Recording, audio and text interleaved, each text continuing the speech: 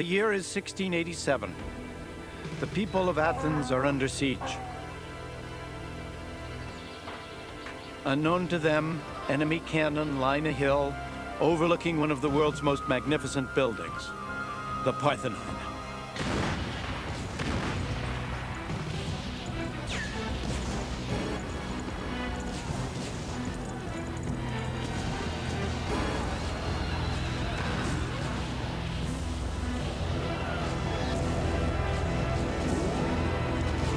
Tragically, the Parthenon had been used to store, of all things, gunpowder. One of the most beautiful buildings ever conceived, it was almost completely destroyed. For 2,000 years, the Parthenon has stood overlooking Athens, recalling a remarkable moment in history, the Golden Age of Greece.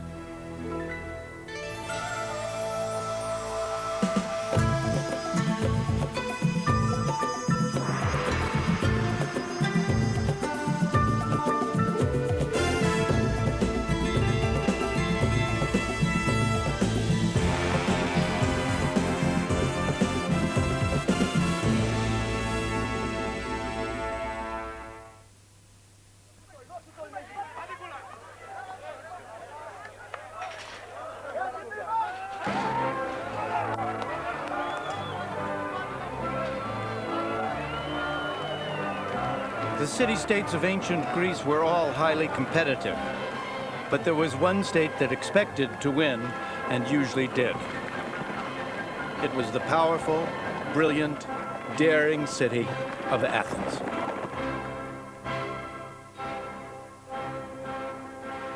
During the 5th century BC, Athens grew more powerful as many city-states and islands turned to her for protection from their mutual enemy, the Persians. And so the Athenian Empire was born. The Acropolis in Athens represents a pinnacle of achievement in the history of Western civilizations, an extraordinary outpouring of creative excellence that derives from one century, the 5th century before Christ. These magnificent buildings symbolize the collective inspiration of a people with a passion for perfection. The historian Plutarch wrote, "So the buildings rose, as imposing in their sheer size as they were inimitable in the grace of their outlines. Since the artists tried to excel themselves in the beauty of their workmanship, each of them men supposed would take many generations to build. But in fact, the entire project was carried through in the high summer of one man's administration." That one man was Pericles, leader of the Athenians.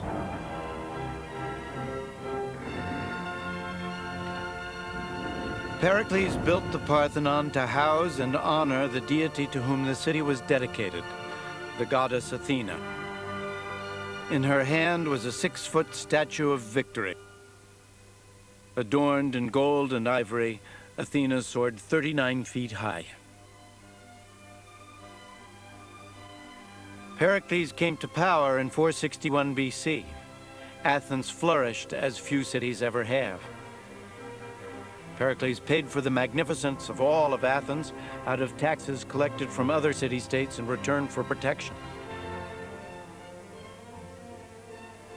Ours is no workaday city.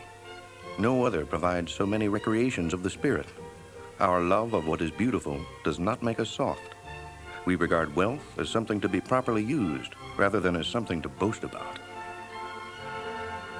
To me, it's wonderful that in the age of Pericles, they would take what was a huge amount of their gross national product and pour it into buildings, into a great Parthenon, into architecture that has influenced the history of architecture in the West for centuries beyond. What the Acropolis and the Parthenon were saying to the world was that we are Athens, we are the top, we have this goddess whom we revere, who looks after us under all circumstances, and for whom we are going to build the most magnificent enclosure we can imagine. And it was a mark both of respect to the goddess and a way of showing the other Greeks that in this constant struggle, this constant competition, Athens was the best.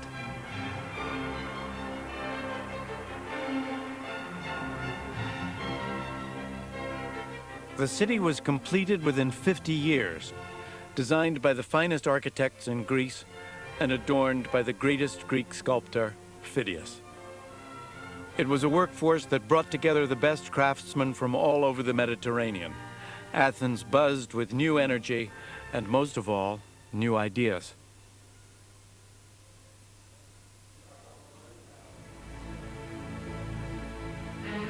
Evening parties were occasions not to just watch pretty girls dance or to get drunk, but to talk. The star guest would be the brilliant philosopher Socrates. Usually all male affairs, there was one interesting exception.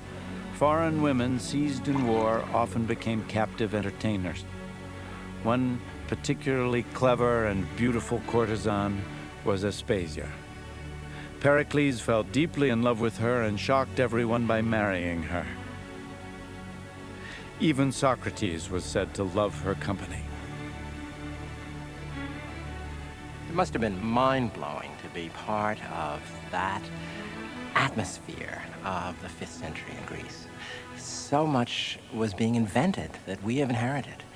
We think now in terms of Greek words, philosophy and rhetoric and politics and geography and biology.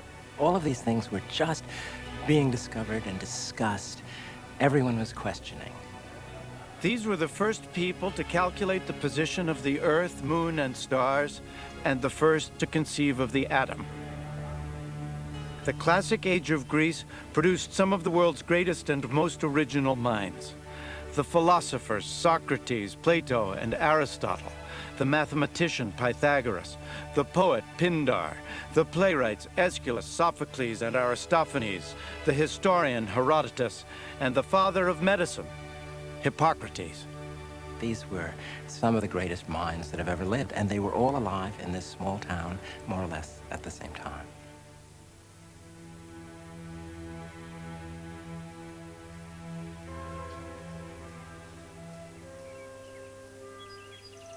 In Athens, Pericles presided over the world's first democracy. Although only the 30,000 male citizens had the vote, all officers of the city were elected, and their deliberations were held in public. It was an idea that outlived the kings and tyrants of succeeding centuries to emerge again in the democracies of the modern world. Our founding fathers knew Latin and Greek. They read the authors. They understood the classical tradition of a rule of law against tyranny. I never cease to be amazed at the originality of the Greeks in inventing, really, democracy as we know it. It didn't exist before. There were tyrants and tribal leaders, but public participation in governance, in decision-making on the part of citizens, started really with the 5th century in Athens. Particularly under this extraordinary leader, Pericles, there was an opportunity for citizens to participate. It wasn't we, they. Everyone had to do it. Everyone had to give part of their time to be experienced in government. And you had majority rule. You had public debate. Everybody got into the act.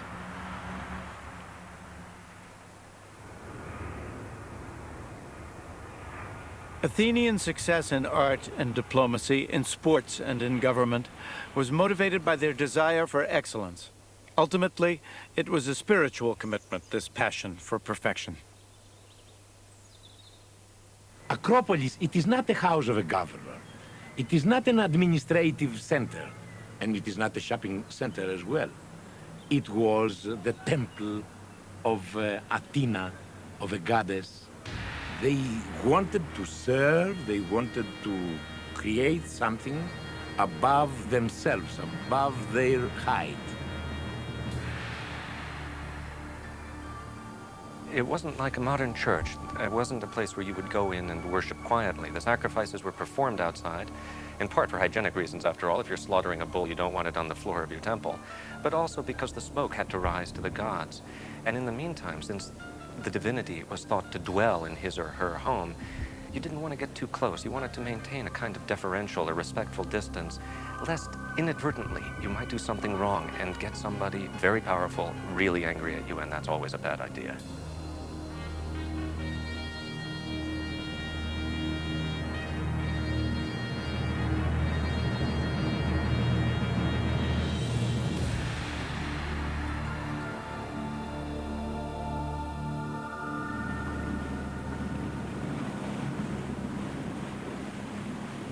In 1928, off the northern coast of the Greek island of Euboea in the Aegean Sea, a small boat was looking for sponges.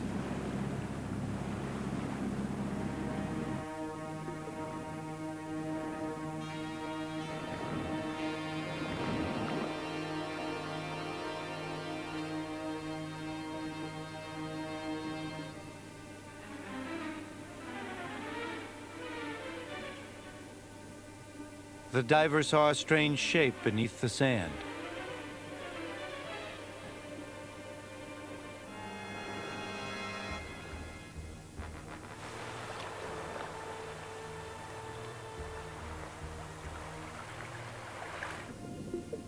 He had discovered a classical Greek statue that had sunk with the ship carrying it nearly 2,000 years before.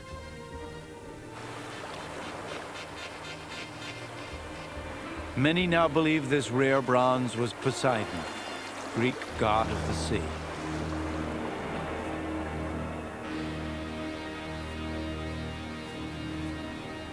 The magnificent statue was one of hundreds stolen in the 1st and 2nd centuries AD by the Romans.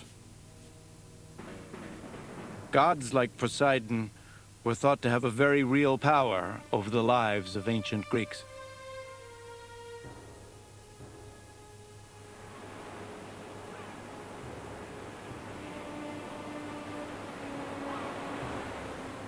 Overlooking the sea at Sunion, 37 miles south of Athens, is a temple built in honor of Poseidon, a god the Greeks were anxious to have on their side. Poseidon is nature. His domains are the depths of the earth and the sea. He creates storms. He helps the seamen or he sends them to their death. So he's an uncontrollable god. And you turn to him when you're scared. The Greeks were very good in building temples where you had a sense of otherness, a sense of such a great beauty that only the gods could live there.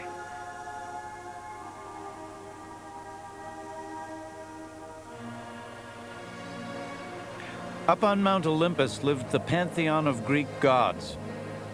There were gods for everything: love, fertility, wisdom, anger, jealousy. But one Greek god stood above the rest: the all-powerful Zeus, ruler of the world and of the gods themselves. These gods were not imagined as spiritual beings.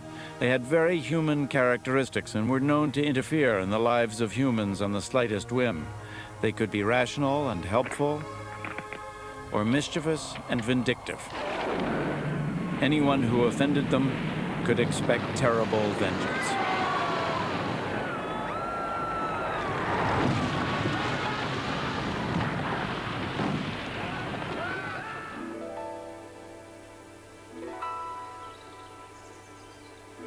This is Delphi, the most important of all Greek sanctuaries to the gods. This temple was dedicated to Apollo, the god of knowledge, light, music, and healing. Greeks honored Apollo with plays, debates, poetry readings, and in this stadium near the top of the mountain, great sporting events. Pilgrims would cleanse themselves in this spring, having first sacrificed a goat to Apollo. Even in this highly educated and rational civilization, they still believed in mysterious divine powers. The great temple of Apollo was home to a kind of prophet, the Oracle of Delphi.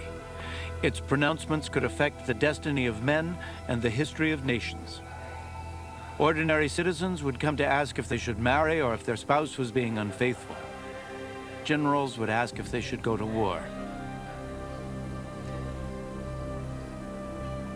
A priest took their questions to the oracle, or Pythia, as she was called. The medium was an ordinary local woman sent into a trance often by chewing hallucinogenic leaves.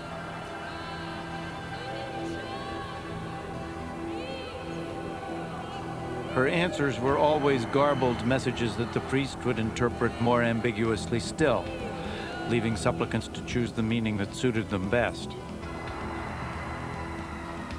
At times, the answers were simply misunderstood, When Croesus, king of Lydia, asked if he should attack the Persian Empire, he was told, "If you go to war, you'll destroy a great kingdom." He went to war. The kingdom he destroyed was his own.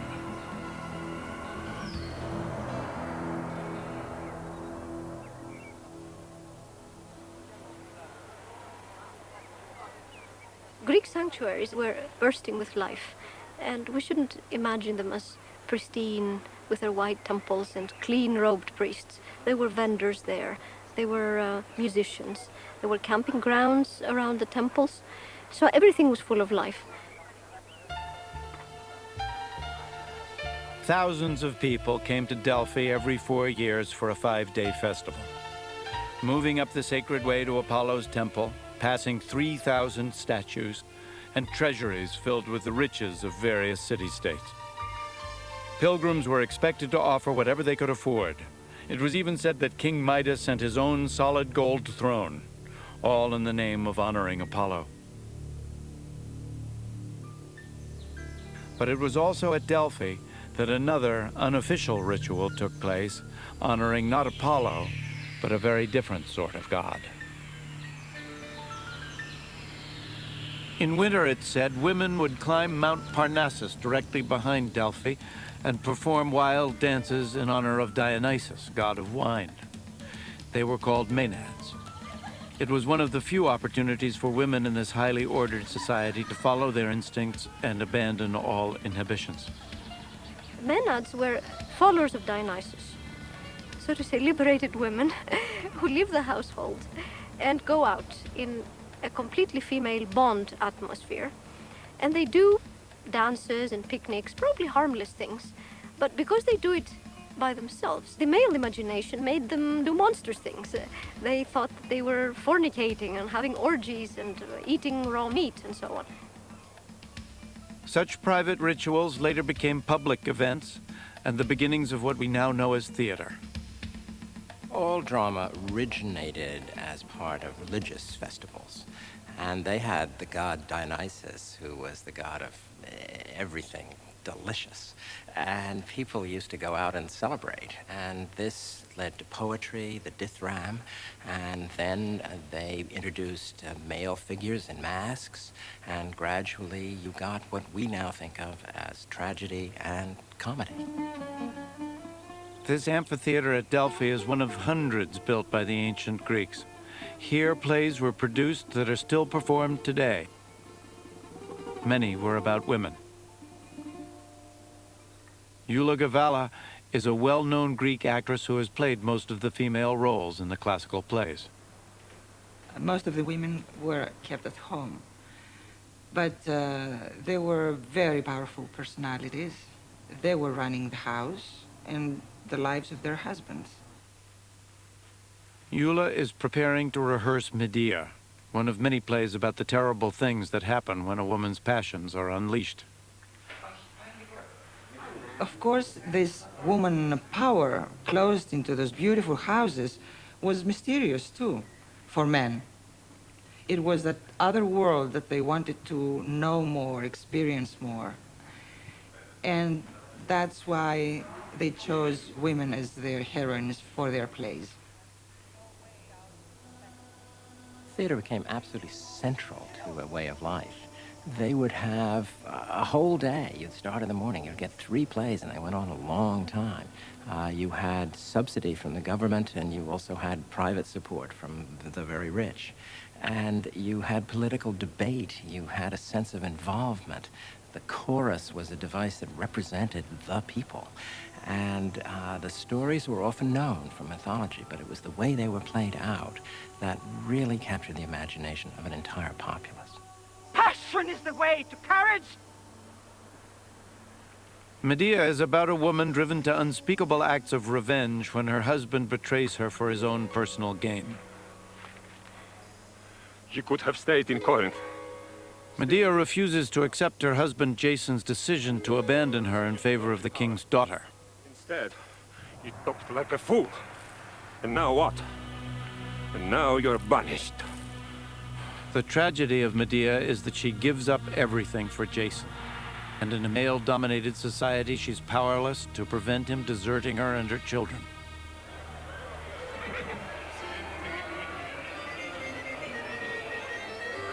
Traces of that tension between men and women can still be seen in Greece today. This, too, is a society dominated by men. Men committed to demonstrating their masculinity.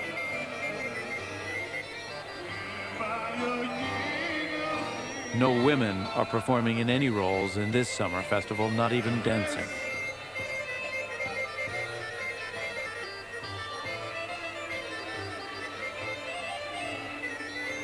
Men do whatever they like, the women remain passive bystanders.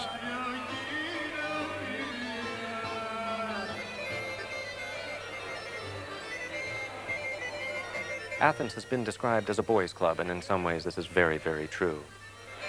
Women, resident foreigners, slaves, were not fully enfranchised, and they were somehow lesser beings.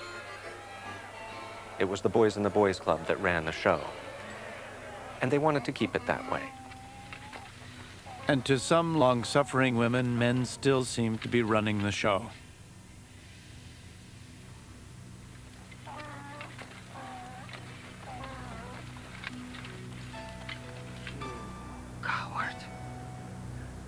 I saved your life, and every Greek aboard the Argo knows it. And after I endured all that, you crawled to another woman.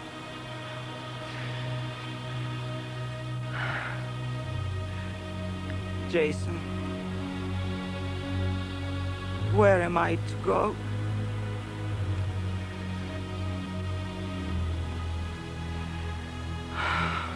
In her desperation, Medea reaches a tragic conclusion, that her only possible revenge is to kill her own children. Well, you take a play like Medea, which so speaks to a society now in which divorce is rampant, in which men and women get so angry at each other, in which child custody is an essential issue. And you see it played out with an intensity of emotion that absolutely brings you to tears. Women like Medea, Helen, they're women that we see even today. We women, we have today the same problems. Problems with the relationship with men, in our family with husbands.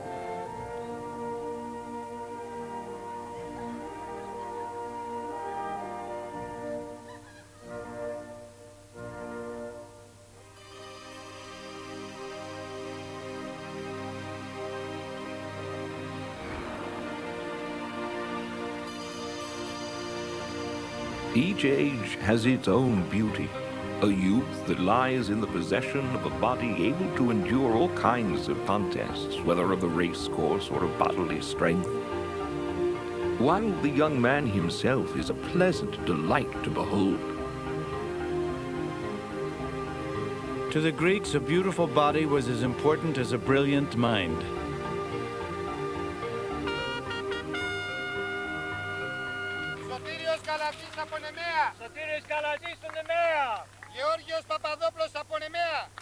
It was in this stadium where the Nemean Games were held, one of the 4 great religious and athletic festivals of ancient Greece. The original stadium held 20,000 spectators. The site was excavated by Professor Stephen Miller, who is restaging the games. I'm not going to do that, though. His heralds have to be coached and dressed. Anybody have a safety pin? In the original games, the officials would have been chosen from each city-state. I usually get a dinner before this happens. The ancient Greeks did not take weekends off. They worked every day except for the more than 50 religious holidays and sporting festivals. They'd come in, clusters of family or friends, spread their blankets, break out their wineskins, and sit and watch the games. You should also imagine cheering sections. We have actually found evidence in the form of concentrations of coins that show us, for example, across the way, it was the center of the Corinthian cheering section. It's almost all of the coins that have come out of the stadium from Corinth. are there. Here on the opposite side, just behind where the judges' stand is, not coincidentally, we have found almost all of our coins from Argos. And of course, the games were controlled by Argos. So you have the cheering section right behind the judges' stand, reinforcing, I'm sure, the judges' decisions. At the stadium site, Miller made a remarkable discovery, a starting line with holes in it. From this, he reconstructed the ancient starting mechanism, the Hisplex. I think you can hear the torsion.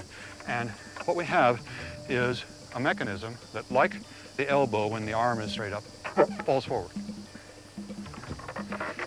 And I think it's important to listen to the smack that it makes when it hits.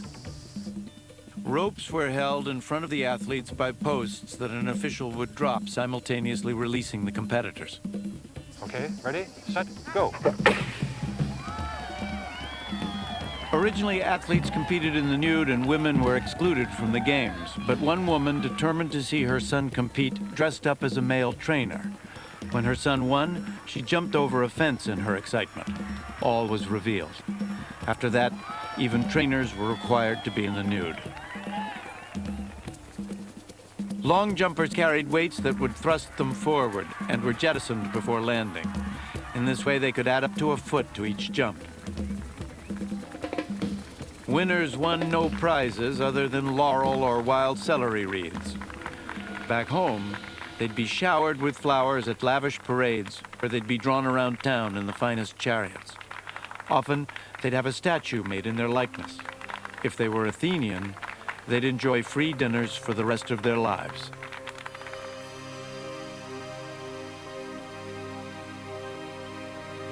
The most important games in Greece were held every 4 years in this valley, at Olympia.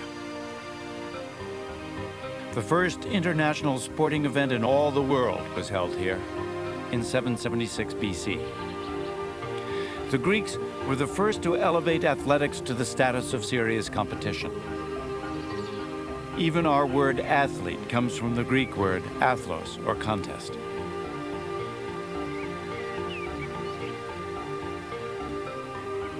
But the Olympic festival was first and foremost a religious occasion. As many as 100 oxen would be sacrificed here on an altar in front of the temple of Zeus. Its interior was dominated by a gold-clad statue of the god. Before it, every Greek athlete had to pray before he competed. At the entrance to Olympia was the gymnasium where athletes trained, and the office of the organizing committee who decided on an athlete's moral suitability to compete. A hotel for VIPs was built around an elegant fountain. At the far end was a mini United Nations.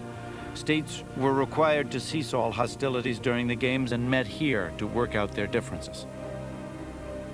Central to everything was the great temple of Zeus.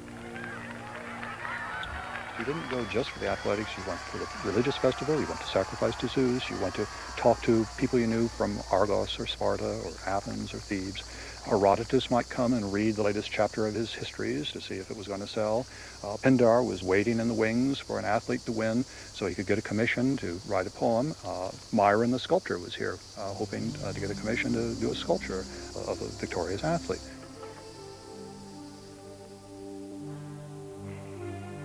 Mind and body came together in the gymnasium. This was a place for conversation and learning as much as for exercise and wrestling.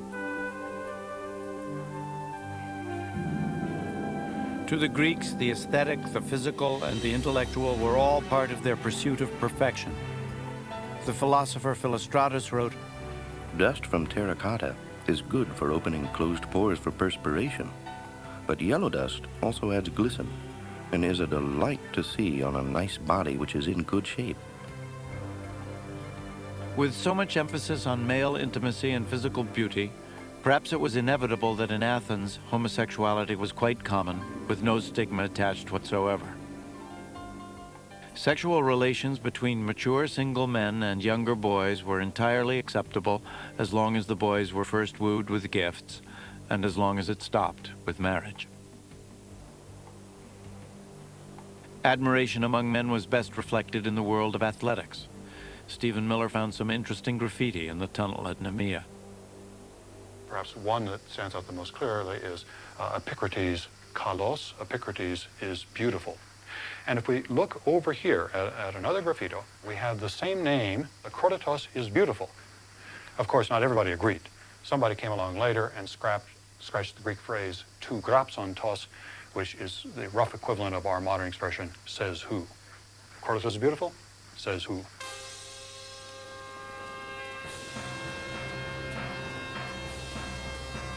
The Olympic torch still glows today, if not always with the same strong, clear flame that inspired those athletes 2,500 years ago.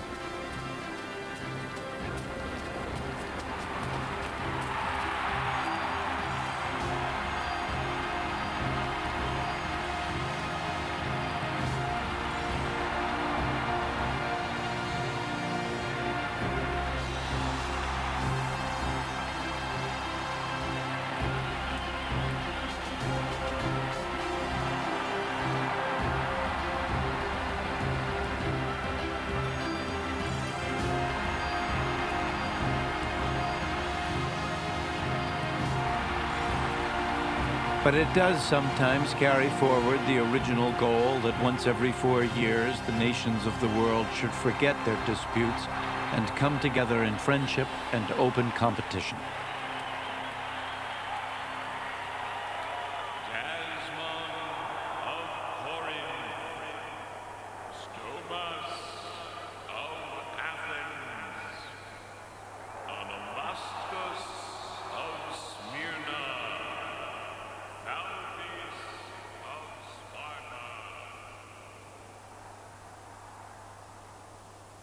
The Athenians tended to dominate in sports and just about everything else, but their winning streak couldn't last forever, and fate was preparing to deal some cruel blows to this society which had risen so high and achieved so much.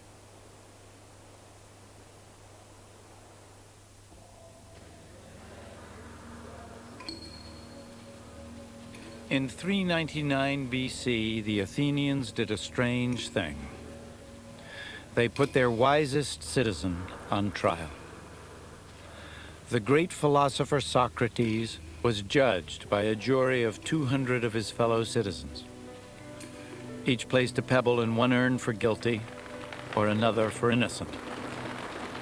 He was accused of not believing in the gods and of corrupting the minds of the young with his radical new ideas.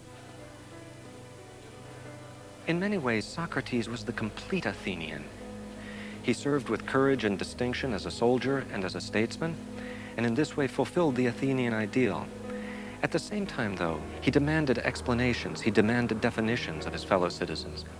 He described himself, after all, as a gadfly, as a stinging fly on the great sluggish rump of the Athenian body politic. Socrates was found guilty. He was sentenced to death by poison. His trial and conviction would never have happened earlier under Pericles' rule. The Athenians became too cautious, I think. Something happened. Their old willingness to engage, to experiment, to explore is still there, but it's somehow muted.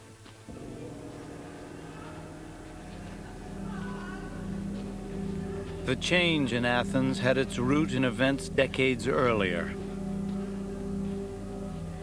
In 430 BC, a terrible tragedy befell Athens.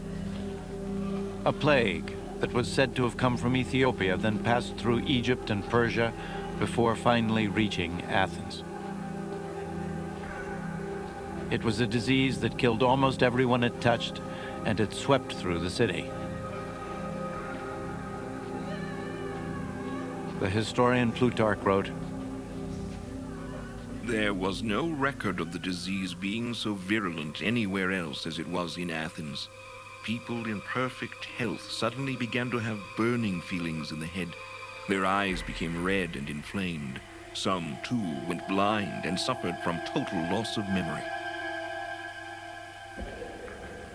Pericles' own sister, and then to his horror, his son, caught the plague. And he was already burdened by a disastrous war with the Spartans. Pericles had brought the entire population of the Athenian countryside within the great walls of Athens, and sanitation, one can be sure, was primitive, and a disease like the plague spread like wildfire. As it did, its effects were no less devastating morally than physically. All the old laws, the things that the Athenians had relied on to hold their society together, were shredded.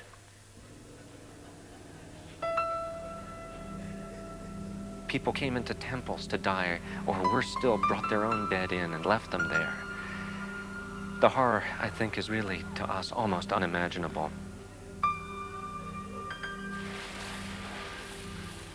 Inside, there was a feeling of burning. Many of the sick who were uncared for actually plunged into the water tanks in an effort to relieve the thirst. It was unquenchable.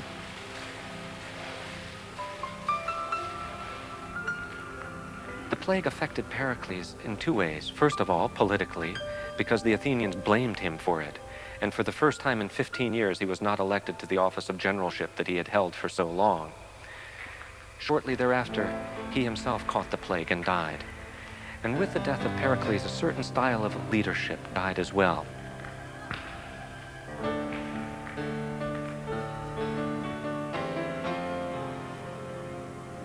A third of the population would die.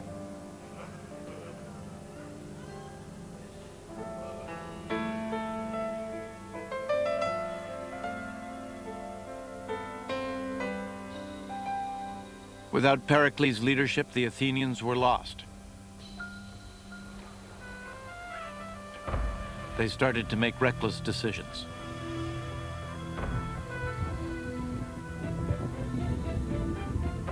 For half a century, Athens battled Sparta for dominance over Greece. The decisive battle would be fought not on Greek soil, but in Sicily. Athens sent a fleet into battle, but the highly trained Spartan army sided with the Sicilians. The Athenian navy was destroyed in a series of disastrous sea battles, and in 404 BC, Athens was utterly defeated.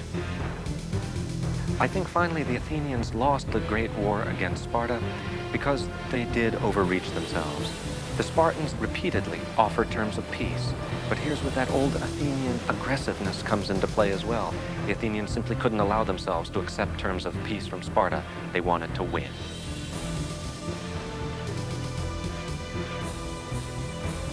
The defeat of the Athenians in Sicily left Sparta as the dominant power in Greece.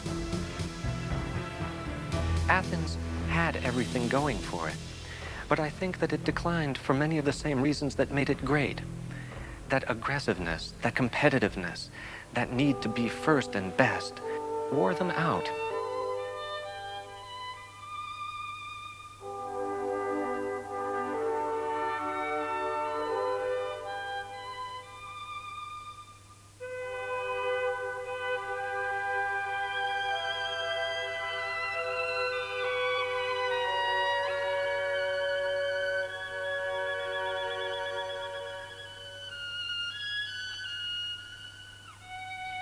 The goddess to whom the Athenians turned for protection was powerless to help them. This relief is called Mourning Athena. Socrates became the scapegoat for the decline of Athens. In prison, his friends offered to help him escape, but he refused. Plato wrote, He said he had lived in Athens all his life. For 70 years he had been content with the city and its people. Why should he now run away from it like the lowest slave? The hemlock leaves were crushed.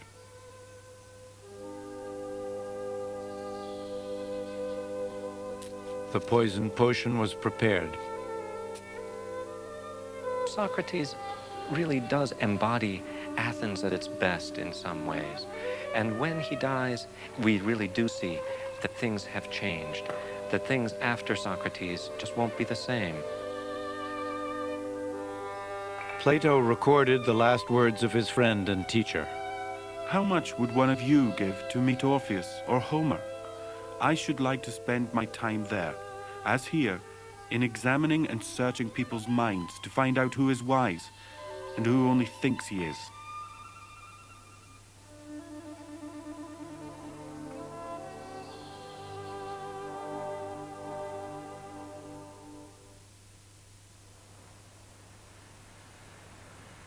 Socrates' ideas live on to this day, but over time his beloved Athens became part of other empires. The Macedonians, the Romans, the Ottoman Turks. In 1971, its crowning glory, the Parthenon, was discovered to be in danger of final collapse. Today it is being restored, not to its former splendor, but as a magnificent ruin worthy of the civilization it represents. The pieces of marble so cruelly shattered by cannon fire are being painstakingly cleaned and carefully reassembled. The holes made by enemy cannonballs are being precisely filled in.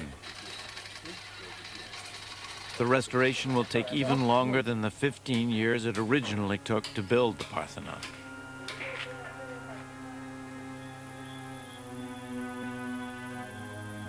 After its destruction in 1687, the temple was pillaged by treasure seekers. The Turks who ruled Athens at the time were easily bribed. Any passing visitor with enough money could walk away with one of the great sculptures. Heads and limbs were severed from bodies to make even more saleable items.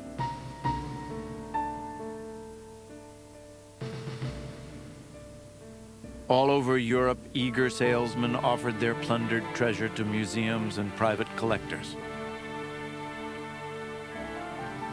When a young English aristocrat, Lord Elgin, arrived in 1803, this was the situation he felt justified his removing any remaining sculptures.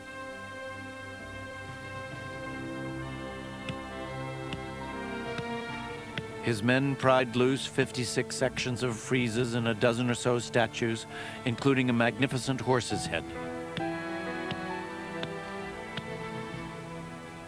It took 22 ships to carry the marbles to Britain.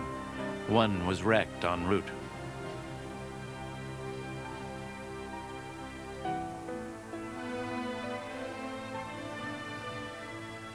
The Elgin marbles from the Parthenon are exhibited in the British Museum.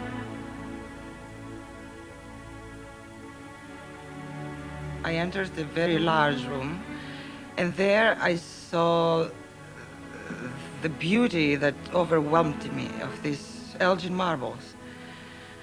I got so excited, I had goose pimples all over my body. I couldn't speak, I was just in a trance. The beauty was so powerful. I was silent for a very long time looking at that beauty. And then I felt sad because I couldn't see in my country those marbles. It's very sad for us not to have that great experience here in Athens every day.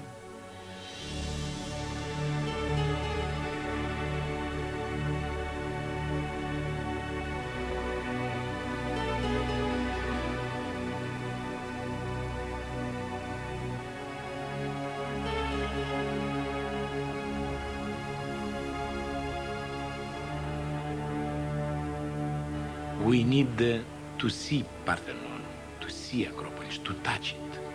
It is a reminder of what we have achieved. The exercise of reaching to the perfect was done. And if we can assume for a moment that all these ruins, remnants, are disappeared, erased from the earth, it would be like a universe without the Fifth Symphony of Beethoven, for example. But there is a quality more durable even than stone in the legacy of Athens. This was a city whose brilliant light shone so powerfully that it defined Western intellectual thought for centuries. It is hard to go down a street without seeing some vestige of our enthusiasm for a Greek way of life. And we forget that way of life at our peril. It was so effective and so courageous. It's extraordinary that a society of only 70,000 Athenian men and women who lived 500 years before Christ could influence the world so dramatically. The democratic spark they lit blazed again 2,000 years later to affect the lives of people all over the world. This, then, is the kind of city for which men who could not bear the thought of losing her nobly fought and died. Mighty indeed are the marks and monuments of our empire which we have left. Future ages will wonder at us as the present age wonders at us now.